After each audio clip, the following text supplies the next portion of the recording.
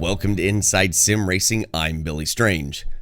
Almost 2 weeks ago, a picture leaked on Reddit about a yet-to-be-announced, forthcoming NASCAR expansion for Forza Motorsport 6.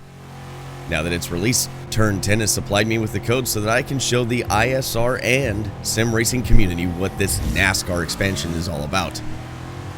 Granted, a NASCAR expansion is really only going to appeal to, well, NASCAR fans, but is there anything here for non-NASCAR fans? Well, the answer is only if you really have $20 US burning a hole in your pocket. The price tag for this Forza 6 expansion will seem expensive to most, inside and outside of the Forza community. The NASCAR expansion comes with 24 cars, I'll touch on that in just a few seconds, a new track in the form of Homestead Miami Speedway, and a Turn 10 proclaimed 10-hour-long single-player campaign that covers a world tour, showcases, rivals, leagues, and multiplayer events. Now about those 24 cars, there's really only 3. One from Chevrolet, one from Ford, and one from Toyota, and this would be accurate according to the NASCAR Top Tier Cup Series. So what you're really getting is 3 cars, 16 drivers, 24 skins, and 1 location with multiple configurations. Oh yeah, and that expensive NASCAR license comes wrapped up in there somewhere. And here's the kicker. The previously released Porsche expansion for $20 gave us 20 cars, 1 location with multiple layouts, and roughly the same single-player experience as the NASCAR expansion. Now, I'm not trying to tell you not to think about purchasing this expansion. All I am saying is that with this price tag of $20, well, it may only attract the NASCAR fan base that already have purchased Forza 6. You start out the expansion with some nice intro videos. Again, it would be nice, very nice, if you could skip them. Finally, after all that is done, you can then jump into Chase Elliott's number 24 Chevrolet to get an introductory race at the Homestead Miami track. I initially put the difficulty up to unbeatable along with no ABS, traction control, or stability management, along with manual shifting, and found that particular race to be quite brutal. Without the ability to set up the car, this first race can be frustrating at higher difficulty levels, and with the requirement of finishing third or better to progress, I opted to run expert just to get through to the next round.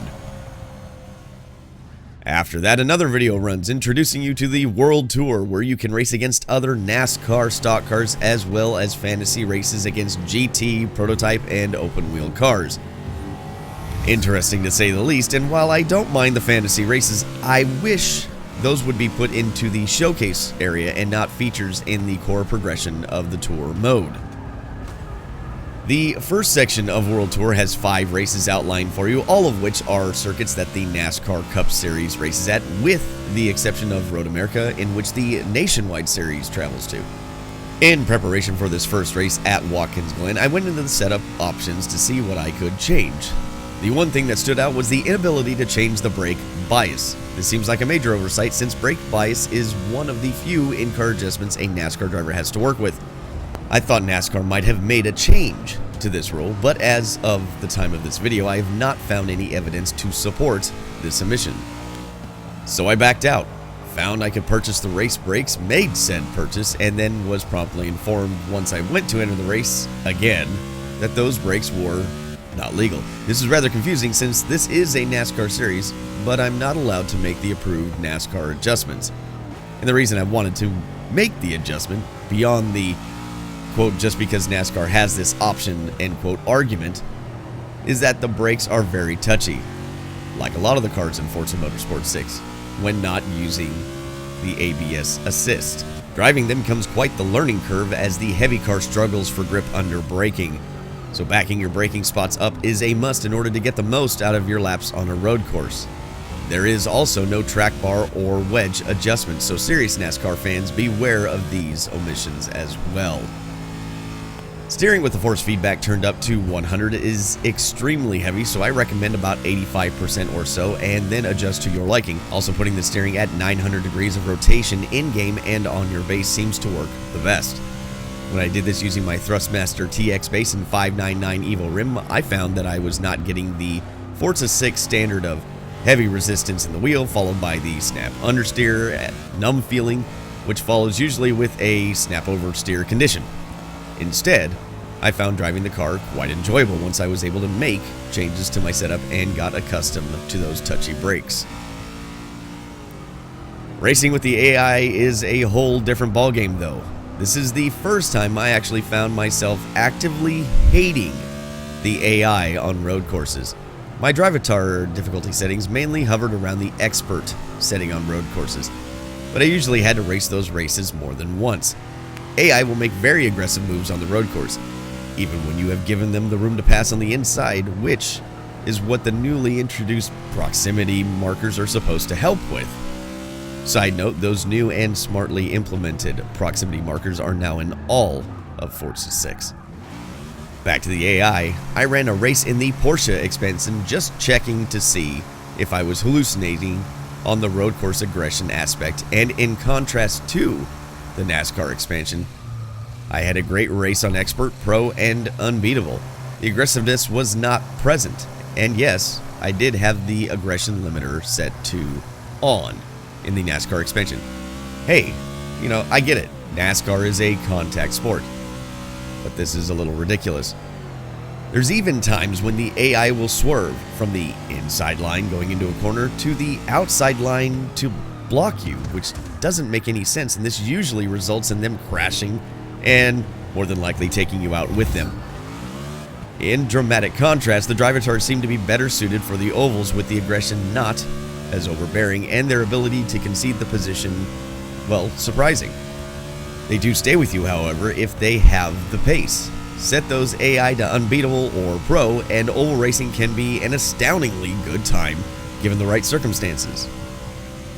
The NASCAR expansion has also introduced something else of note, and that is the implementation of quick stops.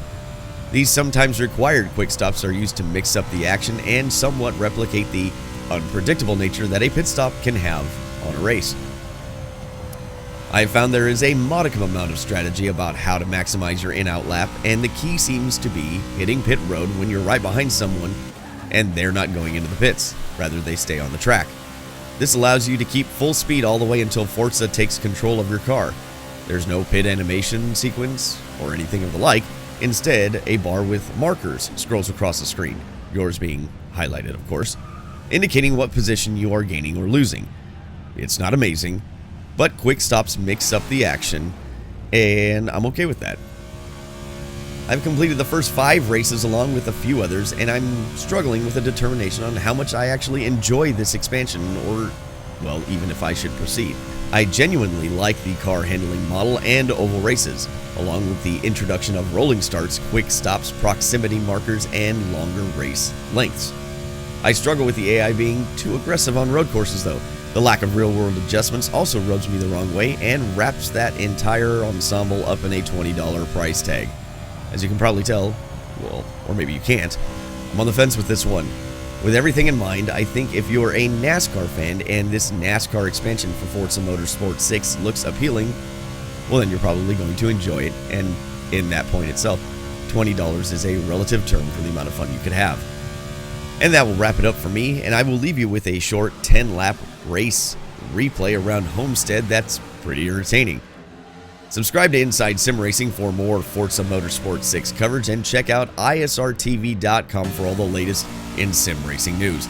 You can follow us on Twitter at Inside Sim Racing, and you can follow me if you like at Strange_Billy. Thank you so much for watching. Hit that like button if you enjoyed this episode, and I will catch you all in the next video. Take care.